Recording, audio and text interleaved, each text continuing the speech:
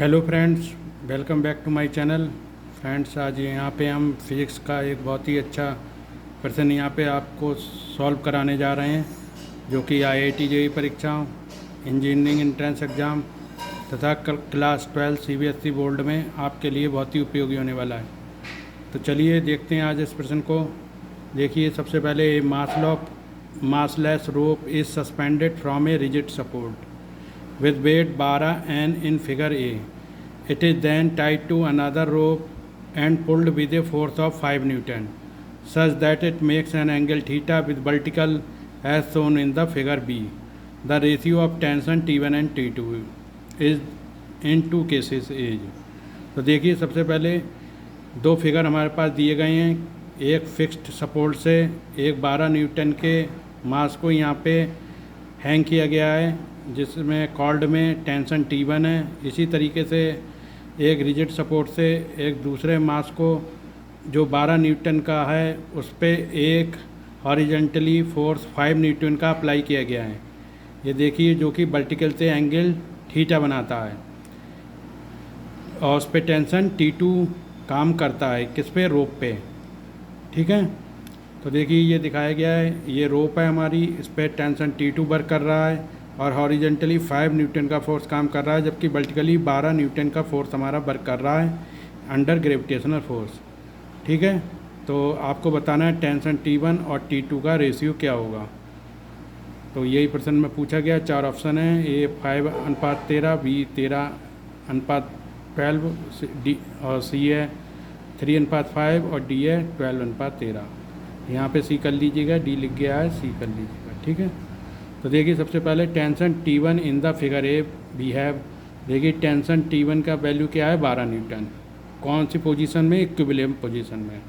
जब 12 न्यूटन का force equilibrium position में होगा तो टेंशन T1 जो है वो 12 न्यूटन के फोर्स के बराबर होगा। कोई 12 न्यूटन के फोर्स पे ग्रेविटेशनल फोर्स वर्क कर रहा है अंडर ग्रेविटी नीचे की ओर, तो T1 बराबर किसके होगा? 12 न्यूटन के।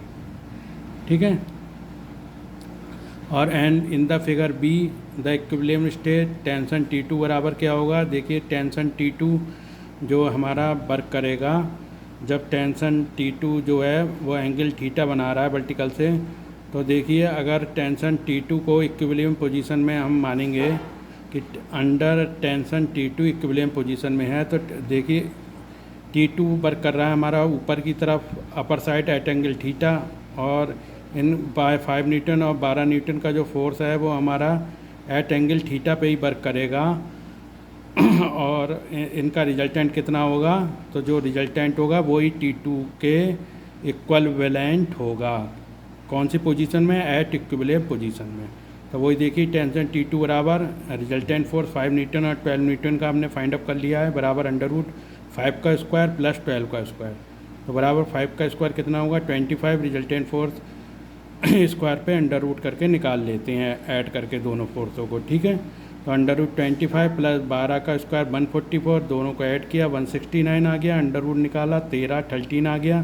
टेंशन T2 बराबर 13 न्यूटन आ गया और T1 हमारा क्या है? 12 न्यूटन। तो hence the ratio of tension T1 and T2 बराबर 12:13, 12:13, 12:13।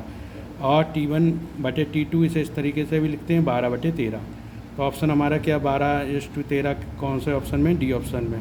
तो option D is the correct answer और यहाँ पे हमारा प्रश्न सॉल्व हो जाता है।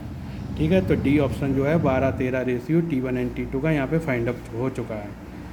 ठीक है फ्रेंड, तो ये फिजिक्स का एक न्यूमेरिकल प्रश्न था, जो कि आईआईटी जेईई परीक्षाओं साथ ही सीबीएसई क्लास 12 में भी पूछा जा चुका है और अन्य परीक्षाओं में भी पूछे जाने की संभावना है। तो फ्रेंड, हम साइंस और मैथ से संबंधित ऐसे ही वीडियो आपके लिए लाते रहते हैं, तो आप लोग हमारे चैनल को ज़्यादा से ज़्यादा लाइक, सब्सक्राइब और अपने फ्रेंड और रिलेटिव्स में से ज़्यादा से ज़्यादा शेयर करते रहिए। साथ ही हमें मोटिवेट करते रहिए लाइक सब्सक्राइब करके, और बेल आइकन का बटन भी आप लोग प्रेस कर दें, जिससे नेक्स्ट वीडियो का नोटिफिकेशन आपको मिल जाए।